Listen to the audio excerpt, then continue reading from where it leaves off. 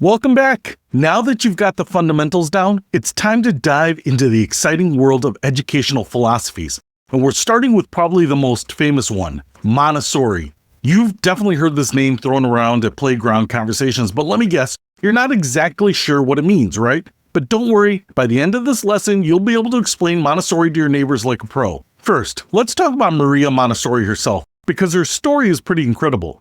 Picture this. It's the early 1900s in Italy, and this woman becomes one of the first female doctors in the country. She starts working with children who have developmental delays and notices something fascinating. When given the right materials and environment, these kids could learn way more than anyone expected. She thinks, if this works for children with challenges, what could it do for all children? And boom, the Montessori method is born. Here's the core philosophy in a nutshell. Children are naturally curious and capable of directing their own learning when given the right environment and materials.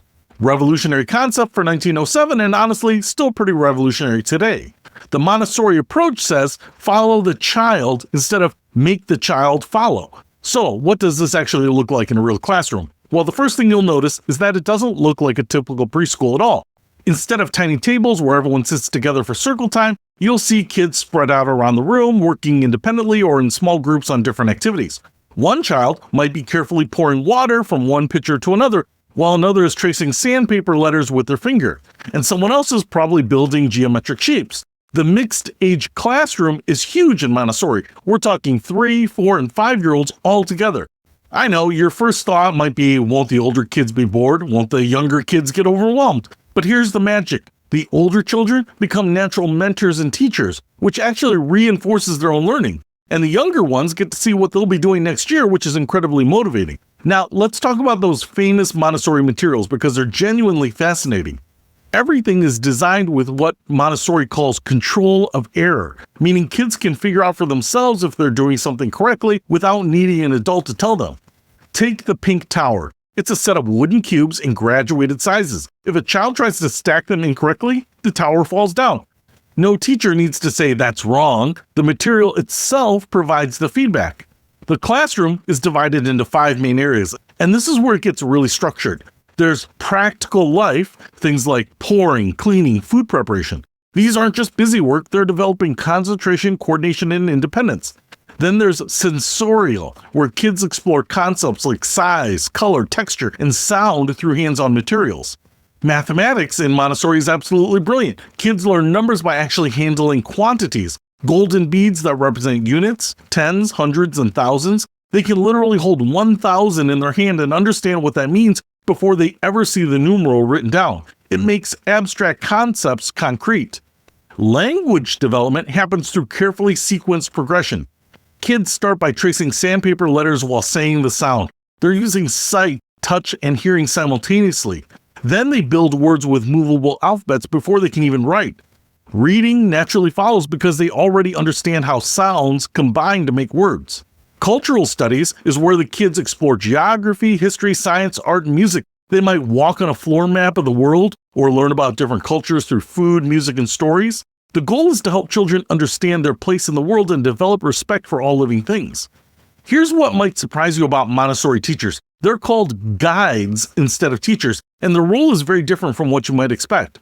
They observe more than they instruct. They prepare the environment, demonstrate how to use materials, and then step back to let children explore independently. A good Montessori guide knows when to intervene and when to let a child struggle productively through a challenge. The daily rhythm is also unique. Instead of constant transitions between activities, children get long, uninterrupted work periods, usually 3 hours in the morning. This allows them to really dive deep in their interests and develop serious concentration. You might see a 4-year-old spend 45 minutes arranging or rearranging number rods, completely absorbed in understanding numerical relationships. Now, let's get real about cost, because Montessori schools aren't cheap. You're looking at anywhere from $8,000 to $15,000 annually, and in some cities, it can go much higher. Why so expensive? Well, those beautiful wooden materials aren't cheap to buy or maintain. Teachers need specialized Montessori training, which is extensive and costly. And maintaining those carefully prepared environments with appropriate ratios takes resources. Most Montessori schools offer both half-day and full-day options. The half-day program typically follows a traditional Montessori model with that 3-hour work cycle. Full-day programs extend this with lunch, rest time, and often outdoor exploration or additional enrichment activities. Some schools operate year-round, while others follow a more traditional school calendar. What's typically included in your tuition? Montessori materials are obviously covered, and trust me, there are hundreds of them. Most schools include snacks, but meals vary widely. Some provide lunch, others ask you to pack it. Field trips and special events might be included or cost extra. Definitely ask about this up front. So, who thrives in Montessori? Independent kids who like to make choices absolutely love it. Children who get overwhelmed by too much stimulation often find the calm, orderly environment soothing. Kids who are naturally curious and like to explore things deeply do incredibly well. And interestingly, both introverted and extroverted children can thrive because they choose whether to work alone or with others. But here's the thing, Montessori isn't for every child or every family. Kids who really crave external validation and praise might struggle initially because Montessori focuses on internal motivation. Very social children who want constant interaction might find all that independent work isolating. And if your child thrives on variety and surprise, the structured progression of Montessori materials might feel limiting. From a family perspective, you need to be comfortable with the philosophy. Some parents worry that there isn't enough direct instruction or that kids are just playing all day. If you're looking for traditional academic preparation with worksheets and formal lessons, Montessori will feel foreign. But if you believe that children learn best through exploration and discovery, it might be perfect. Here's an insider tip for evaluating Montessori schools. Ask to observe during a work period, not just during arrival or outdoor time.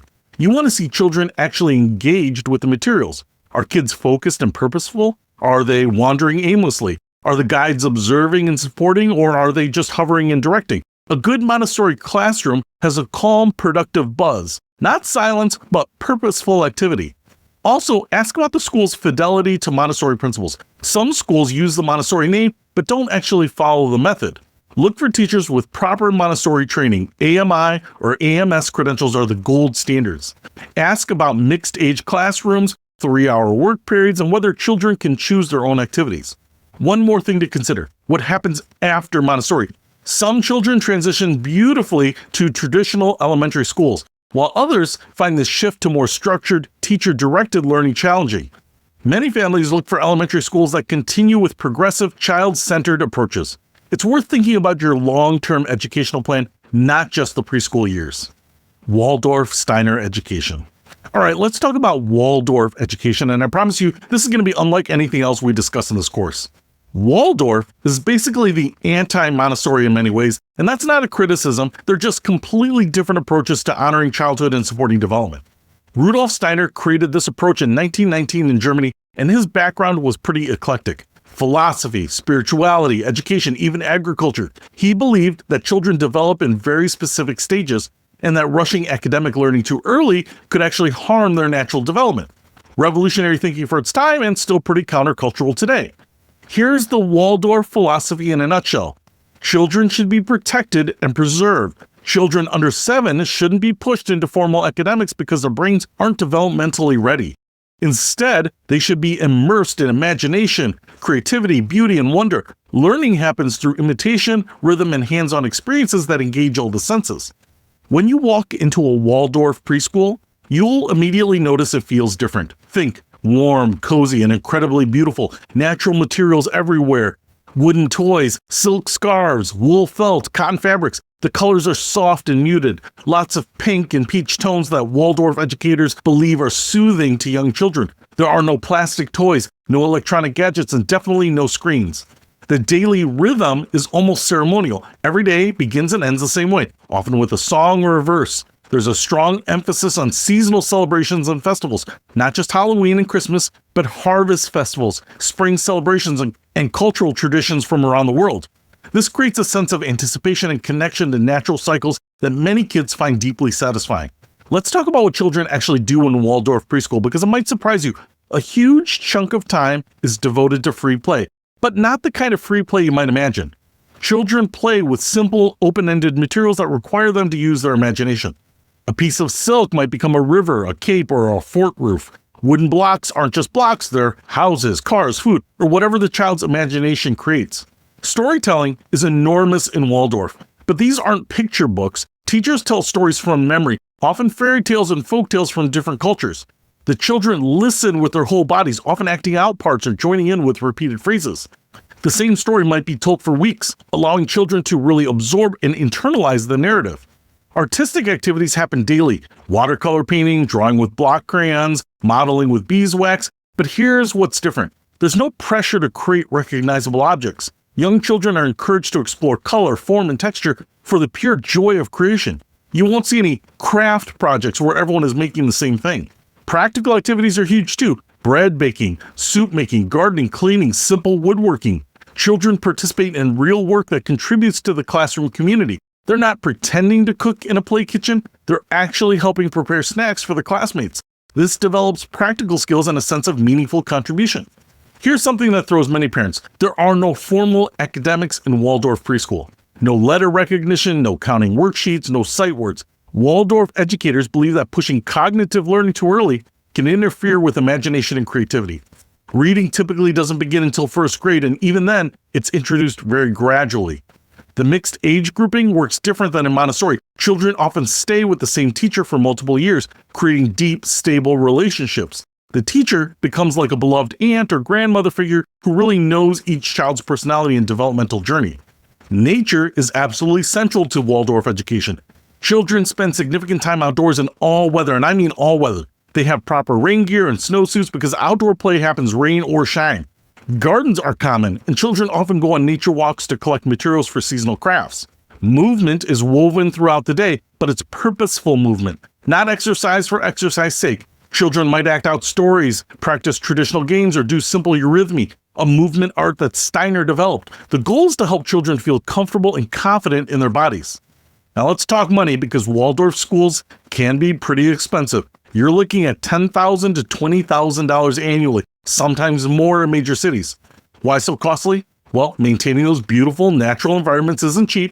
Teachers need specialized Waldorf training, which is extensive. Class sizes are kept small, and all those natural materials and handmade toys cost significantly more than plastic alternatives.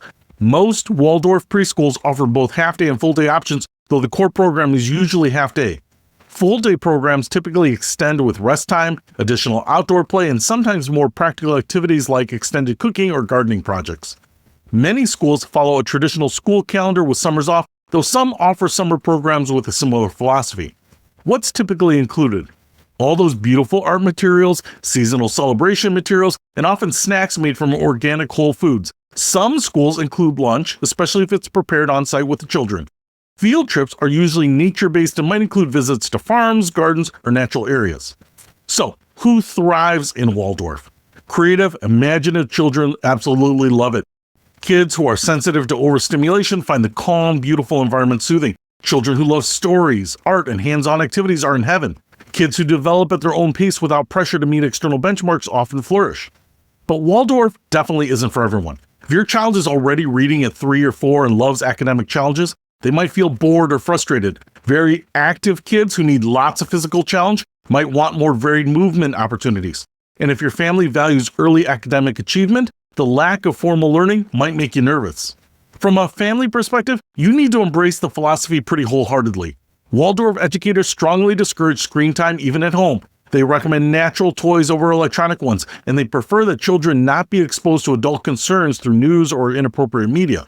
Some families find these recommendations supportive, while others feel they're too restrictive. Here's something important to understand about Waldorf.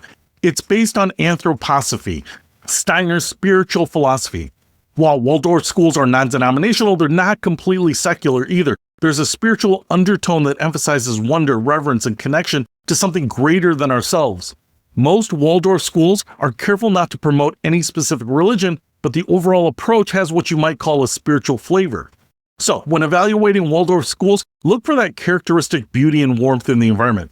Are the materials natural and well-maintained? Do the teachers seem calm and nurturing? Is there a strong emphasis on rhythm and routine? Ask about teacher training. Authentic Waldorf teachers complete extensive preparation in child development and the Waldorf methodology.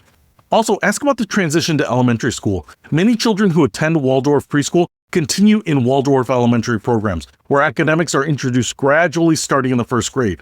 But if you're planning to transition to a traditional elementary school, you'll want to understand how the school prepares children for that change. One other thing to consider: how do you feel about the later introduction of academics? Some parents worry that their children will be behind when they start kindergarten in traditional schools. Research suggests that children who start reading later often catch up quickly and may actually have advantages in comprehension and the love of reading. But this requires trust in the process, and not every family feels comfortable with that. Here's what's really beautiful about Waldorf when it works. Children develop a deep sense of wonder about the world, strong creative abilities, and often a real love of learning that lasts through their entire lives. They tend to be independent thinkers who aren't overly influenced by peer pressure, but it requires a family that's aligned with a philosophy and comfortable with a different approach to early childhood education. Reggio Emilia approach. Now, let's travel to northern Italy and explore the Reggio Emilia approach. And fair warning, this one might just blow your mind with how beautiful and child-centric it is. The story behind this approach is actually pretty moving, so stick with me here. After World War II, the town of Reggio Emilia was rebuilding, and the women of the community came together with a vision. They wanted to create something better for their children, schools that would ensure future generations would be tolerant, peaceful, and capable of critical thinking.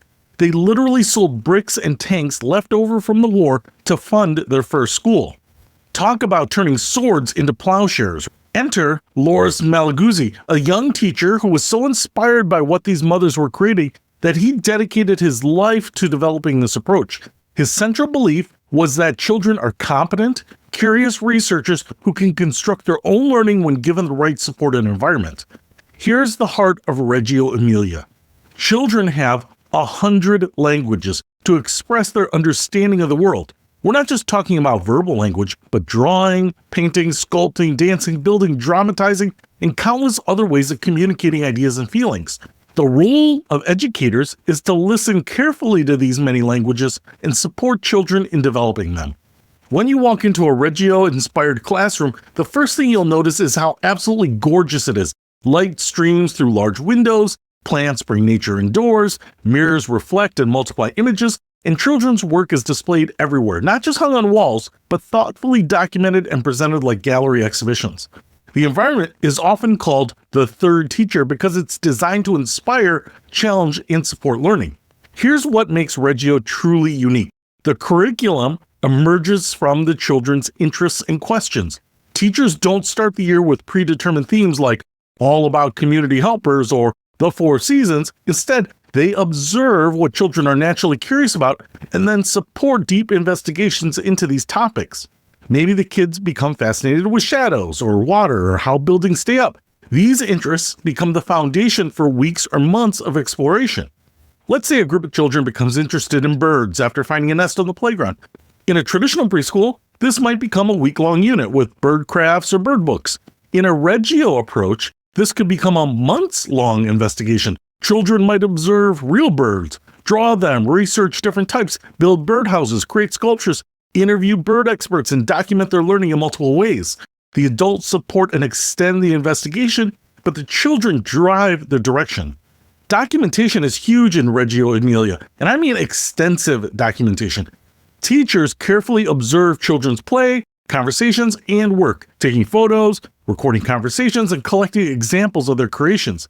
This isn't just for cute keepsakes for parents, though those are nice too. The documentation helps teachers understand children's thinking and plan how to support their next steps in the learning. Projects in Reggio classrooms are collaborative and long-term. Children work together to solve problems, test theories, and create representations of their understanding. You might see a group spending weeks building a model city, constantly revising and improving their design based on new discoveries or ideas.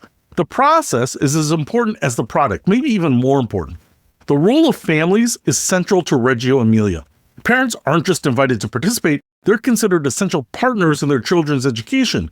Schools often have family meetings to discuss children's learning, parents contribute their expertise to projects, and family culture and values are woven into the curriculum. It's truly a community approach to education. Art materials in Reggio classrooms are incredible. High-quality paints, clay, wire, fabric, natural materials, and tools that allow for real creation. Children aren't given coloring sheets or crafts with predetermined outcomes. Instead, they have access to professional quality materials and the freedom to use them in their own ways. The results are often breathtakingly beautiful. Technology is used thoughtfully in Reggio schools, not for drill and practice, but as another tool for research, documentation, and creation. Children might use digital cameras to document their investigations or computer programs to create presentations about their learning. Now, let's talk about costs, because authentic Reggio Emilia programs tend to be expensive. You're looking at $12,000 to $18,000 annually, sometimes even more. Why? Those beautiful environments don't maintain themselves. The extensive documentation takes time and skill. Small class sizes and multiple teachers per classroom drive up costs, and those high-quality art materials aren't cheap. Most Reggio programs offer full-day options since they emerge from the need to support working families. The day typically includes long periods for project work, time for reflection and discussion, meals prepared on site when possible, and outdoor exploration. Many schools operate year-round with vacation breaks. What's included in the tuition? Usually, all those amazing art materials, the extensive documentation of your child's learning, and often meals prepared fresh daily. Some schools include field trips related to ongoing projects, visits from community experts, and family events. So, who thrives in Reggio Emilia? Children who are naturally curious and love to explore ideas deeply are in heaven. Kids who are expressive and creative flourish with all those different languages available to them. Children who enjoy collaborative work and problem solving do beautifully. And interestingly, children who might struggle in more academic settings often shine when they can show their intelligence through art, building, or other nonverbal means. The approach works well for families who value creativity, critical thinking, and collaboration over traditional academic skills. If you love the idea of your child developing into a thoughtful researcher or creative problem solver, Reggio might be a perfect fit. But it's not for everyone. Families who want clear academic milestones and structured learning progressions might feel frustrated by the emergent curriculum. Children who thrive on routine and predictability might find the project-based approach unsettling. And if you're looking for traditional school readiness skills, you might worry that not enough attention is paid to letters, numbers, and formal academics. When evaluating Reggio-inspired schools, look for evidence of that careful documentation. Are children's words and ideas captured and displayed? Do you see evidence of long-term projects, not just daily activities? Are the materials beautiful and accessible? And most importantly, do the teachers seem genuinely curious about children's thinking? Ask about how they balance individual interests with group investigations. In authentic Reggio programs, children's personal interests are honored even within collaborative projects. Also ask about family involvement. It should be meaningful and ongoing, not just occasional volunteering. Here's something important to understand. Very few schools outside of Italy are truly Reggio Emilia schools. What you'll find are Reggio-inspired programs that incorporate some of the principles, but may not follow the approach completely. That's not necessarily bad, but you want to understand what you're getting. The beautiful thing about Reggio Emilia when it works well is that children develop incredible confidence in their ability to learn, create, and solve problems. They become comfortable expressing their ideas in multiple ways and collaborating effectively with others. They develop what educators call a learning disposition. Basically, they learn how to learn and love doing it. HighScope curriculum. Now let's talk about HighScope, and I have to tell you, this approach has some of the most impressive research backing of any early childhood program. We're talking about longitudinal studies that followed children for decades, and the results are pretty mind-blowing. HighScope was developed in the 1960s by David Weichart in Ypsilanti, Michigan, and it grew out of what's called the Perry Preschool Project. Weichart and his team wanted to test whether high-quality early childhood education could really make a difference in the lives of children from low-income families. So they carefully designed a program, implemented it with scientific rigor, and then followed those children for the next 40 years. Here's what they found, and this is going to sound almost too good to be true. The children who attended the HighScope preschool were more likely to graduate from high school, more likely to have jobs as adults, more likely to own homes, and significantly less likely to be arrested or have other legal troubles. The economic benefits were so substantial that researchers calculated a return of $7 to $12 for every dollar invested in the program. No wonder early childhood educators get excited about HighScope. So what exactly did they do that was so effective? The core of HighScope is something called the Plan, Do, Review sequence, and it's brilliantly simple. Every day, children spend time planning what they want to do, and then they carry out their plans, and finally, they reflect on what happened. This might sound basic, but it's actually developing incredibly important executive function skills. Things like working memory, cognitive flexibility, and self-control. Here's how it works in practice. During planning time, children meet in small, consistent groups with an adult. They talk about what they want to do during the upcoming work time, maybe build blocks, paint a picture, or play in the house area. The adult asks gentle questions to help children think through their plans. What materials will you need? Who might you work with? What do you think might happen? Then comes the work time, usually about 45 to 60 minutes where children carry out their plans. But here's what's different from free play. Children are expected to stick with their plans and work purposefully towards their goals. Adults move around the room as partners in play, asking questions, offering support, and helping children solve problems when they get stuck. Review time brings everyone back together to talk about what actually happened. Children share their experiences, describe problems they encountered, and reflect on whether their plans worked out as expected.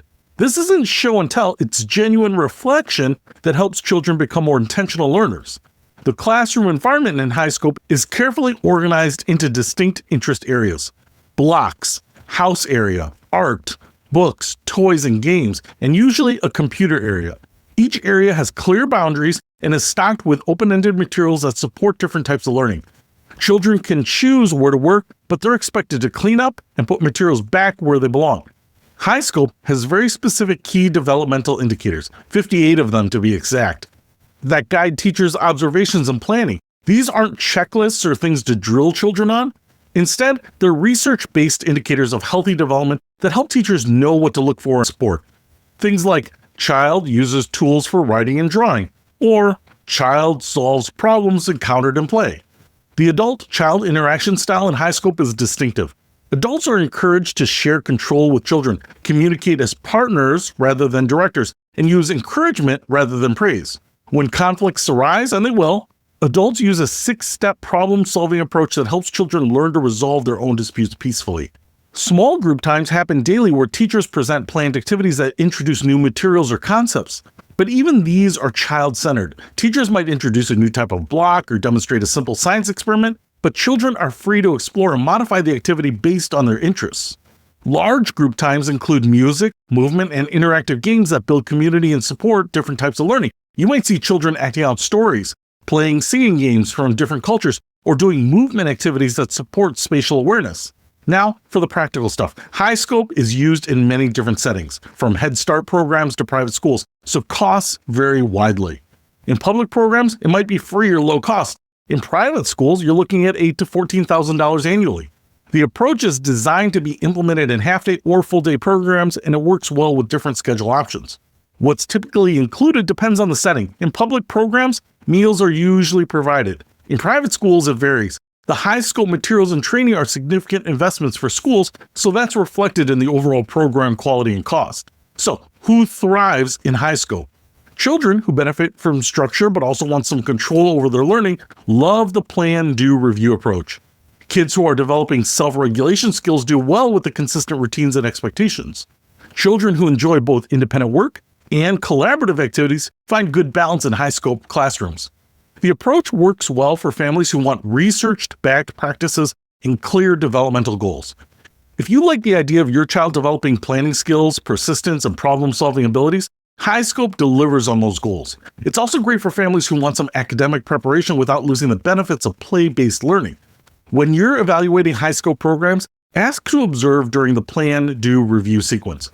You should see children making genuine choices and talking thoughtfully about their plans. Adults should be participating as partners, not directors, and the classroom should feel purposeful but not rigid. Ask about teacher training too. Implementing HighScope well requires specific preparation. Teachers should understand the key developmental indicators and be skilled at asking open-ended questions that extend the children's thinking. One thing that's great about HighScope is that it prepares children well for traditional elementary schools while still honoring developmentally appropriate practices. Children learn to make plans, follow through on commitments, and reflect on their learning, skills that serve them well in any educational setting. Bank Street approach. Last, but definitely not least, let's explore the Bank Street approach. And I have to tell you, this one has some serious New York City pedigree and a fascinating history that spans over a century. Bank Street was founded in 1916 by Lucy Sprague Mitchell, a visionary educator who believed that children learn best through direct experience with the world. She was way ahead of her time, influenced by John Dewey's progressive education philosophy and driven by the belief that education should help children become thoughtful, engaged citizens who make a positive change in the world. The approach is formally called developmental interaction, which basically means that the learning happens through the interaction between a child's developmental needs and their environment. including people, materials, and experiences. It sounds academic, but it's actually beautifully child-centric and practical. Here's what makes Bank Street unique. Social studies is the heart of everything. But we're not talking about memorizing state capitals or historical dates. We're talking about children exploring the world around them in ever-widening circles, starting with themselves and their families, then their neighborhood, their city, and eventually the wider world. In a Bank Street preschool, you might see children taking walking trips around their neighborhood to see how bread is made at a local bakery, or mapping the route from school to the park, or interviewing the crossing guard about her job. These aren't field trips, they're integral parts of the curriculum that help children understand how their community works and their place within it. Block building is huge in Bank Street programs, and I mean seriously huge. Children use unit blocks to recreate their neighborhood, build cities, and represent their understanding of how spaces work. These aren't just free play activities, they're carefully supported investigations that develop spatial reasoning, mathematical concepts, and social studies understanding all at the same time. The classroom environment reflects this emphasis on real-world learning. You'll see lots of maps, photographs of the local community, artifacts from different cultures, and materials that connect to ongoing studies. Children's work is displayed not just because it's cute, but because it represents their understanding of important concepts. Mixed age grouping is common in Bank Street programs, with children often staying with the same teacher for multiple years. This creates deep, stable relationships and allows teachers to really understand each child's developmental journey. The teacher becomes a trusted guide who knows exactly where each child has been and where they're headed. Play is also absolutely essential, but it's what educators call purposeful play. Children aren't just playing house, they're exploring family roles and community connections. They're not just building with blocks, they're representing their understanding of how structures work and how people use spaces. Teachers observe this play carefully and use it to inform their planning. The approach to learning is integrated rather than divided into separate subjects. When children are studying their neighborhood, they're naturally incorporating reading, writing, math, science, and art. They might measure distances, read street signs, write letters to community workers, observe how traffic lights work, and create maps or models of what they've learned. Assessment in Bank Street programs focuses on observing children's thinking processes rather than testing specific skills. Teachers document children's questions, hypotheses, and problem-solving strategies. They're looking for evidence of intellectual engagement, social growth, and developing understanding rather than mastery of predetermined skills. Family and community involvement is essential to the Bank Street approach. Families are seen as children's first teachers and valuable resources for learning. Community members are regularly invited to classrooms to share their expertise, and children's studies often involve interviewing parents, grandparents, and neighbors about their experiences and knowledge. Now, let's talk about the cost, because Bank Street programs are often found in private schools and can be quite expensive. You're looking at $15,000 to $20,000 annually, sometimes more in major cities. This reflects the small class sizes, highly trained teachers, and resource-rich environments that characterize quality Bank Street programs. Most Bank Street programs offer both half-day and full-day options. The core program usually includes those neighborhood explorations, extensive block work, and integrated learning experiences. Full-day programs typically add rest time, additional outdoor play, and sometimes specialized classes in art, music, or movement. What's included in tuition usually covers all materials for projects and investigations, those neighborhood walking trips, and often meals prepared on site. Some schools include enrichment activities and family events as part of the community building aspect of the approach. Who thrives in Bank Street? Well, curious children who love exploring and investigating do incredibly well. Kids who are natural questioners and problem solvers are in their element. Children who enjoy collaborative work and building relationships with adults thrive in the family-like atmosphere. And interestingly, children who might struggle with more academic approaches often shine when learning is connected to real experiences. The approach works beautifully for families who value critical thinking, social awareness, and civic engagement. If you want your child to develop into someone who understands how the world works and feels capable of making positive changes, Bank Street is designed for exactly that goal. But it might not be the best fit for families who want structured academic preparation or clear skill-building progressions. If you're looking for letter of the week curricula or systematic phonics instruction, Bank Street will feel too loose and unstructured. Children who thrive on routine and predictability might find the project-based emergent aspects unsettling. When evaluating Bank Street programs, look for evidence of those community connections. Do you see photos and maps of the local neighborhood? Are there signs that children have been out exploring their world? Ask about recent studies or investigations. Teachers should be able to describe in detail how children's interests led to specific learning experiences. Pay attention to the block area too. It should be extensive and well used, with evidence that children's constructions are valued and sometimes left up for extended work. Ask about documentation of children's learning. Bank Street teachers should be skilled at observing and recording children's thinking processes. But here's what's really powerful about Bank Street when it's done well. Children develop a sense of connection to their community and confidence in their ability to understand and improve the world around them. They become skilled observers, thoughtful questioners, and collaborative problem solvers. They learn that their ideas matter, and that learning is something you do with and for others, not just by yourself. The transition to elementary school is usually smooth for Bank Street children because they've developed strong thinking skills, curiosity about the world, and comfort with investigating topics in depth. They're prepared, not just academically, but as engaged learners who expect school to be meaningful and connected to real life. All right, that wraps up our deep dive into philosophy-based preschools. I know that was a lot of information, but here's the thing. Understanding these different approaches is going to make your decision so much clearer. Let me give you a quick recap to help it all stick. Montessori is about child-directed learning with those amazing hands-on materials, perfect for independent kids who love making choices. Waldorf protects childhood with imagination, creativity, and no early academics, ideal for artistic, sensitive children who need time to develop naturally.